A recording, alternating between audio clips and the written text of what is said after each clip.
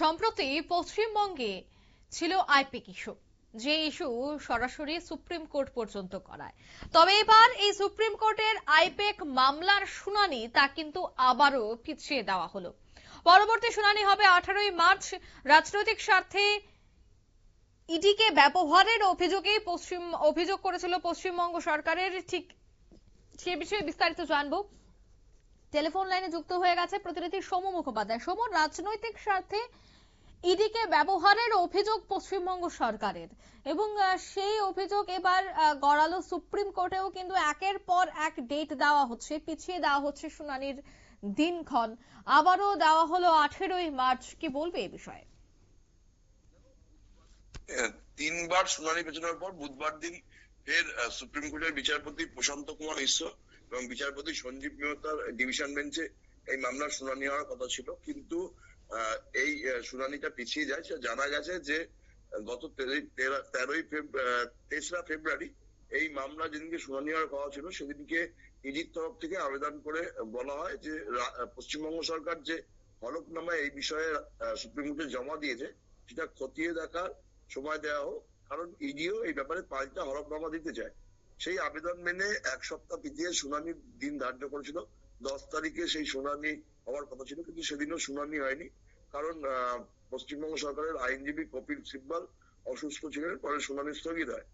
বুধবার দিন আবার যখন আইপ্যাক বাংলার শুনানি শুরু হয়েছিল, তখন কেন্দ্রের সলিসিটর জেনারেল আদালতে জানায় যে রাজ্যের বক্তব্যের পাল্টা জবাব তৈরি, কিন্তু এখনো সেটা আদালতে জমা করা হয়নি। বুধবারের মধ্যেই তা জমা করা হবে এবং তারপরেই শুনানির দিন ফের 1 মাস পিছিয়ে দেয় বিচারপতি ডিভিশন বেঞ্চ। এবং এই মামলার পরবর্তী শুনানি যেটা জানা গেছে যে মার্চের 16 তারিখে হওয়ার কথা।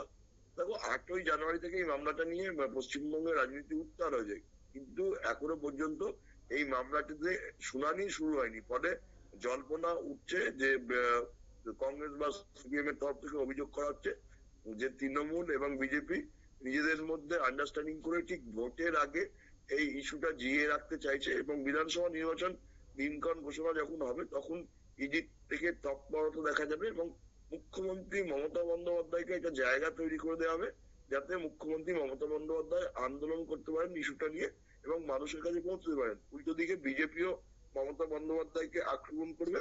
ফলে বিজেপি এবং তৃণমূলের মধ্যে পশ্চিমবঙ্গে যেটা গত কয়েক বছর ধরে চেষ্টা হচ্ছে নির্বাচনটা করার, সেই চেষ্টাটা আবার নতুন করে এই পশ্চিমবঙ্গে 2026 বিধানসভার আগে শুরু হয়েছে, যাতে ভোটটা বিজেপি এবং তৃণমূল শিবিরে ভাগ হয়ে যায়। বাকি কংগ্রেস বা সিপিএম বা অন্য কোনো রাজনৈতিক দল যাতে কোনো ভোট না পায়, সেই নাটকের অবতারণা করার জন্যই বারবার এই মামলা পেছানো হচ্ছে, যাতে এটা নির্বাচনের আগে গিয়ে ঠিক এই ব্যাপারটা নিয়ে তৎপরতা শুরু হয় এবং এটা নিয়ে দুপক্ষই একে অপরের বিরুদ্ধে প্রচার করে প্রচারের আলো নিজেদের দিকে রাখতে পারে। ফলে যাতে ভোটটাও গত 2-3টে বিধানসভার মতো যেমন বিজেপি এবং তৃণমূলের মধ্যে ভাগ হয়, সিপিএম বা কংগ্রেসের যেন একটা আসন না পায়। যদিও এই বিষয়টি বিজেপির তরফ থেকে কোনো উত্তর দেওয়া হয়নি, আর তৃণমূলও এই ব্যাপারটা নিয়ে কোনো মুখ খোলেনি। অঙ্কিতা, একদম ধন্যবাদ। অর্থাৎ এই বিষয়টা নিয়ে তৃণমূল এবং বিজেপি এখনো পর্যন্ত কোনো মুখ খুলেনি, তবে পরবর্তী শুনানি থাকছে 18ই মার্চ, আর তার দিকে থাকছে নজর। নিয়ে নিচ্ছি ছোট একটি বিজ্ঞাপন, বেরোতেই সঙ্গে থাকুন।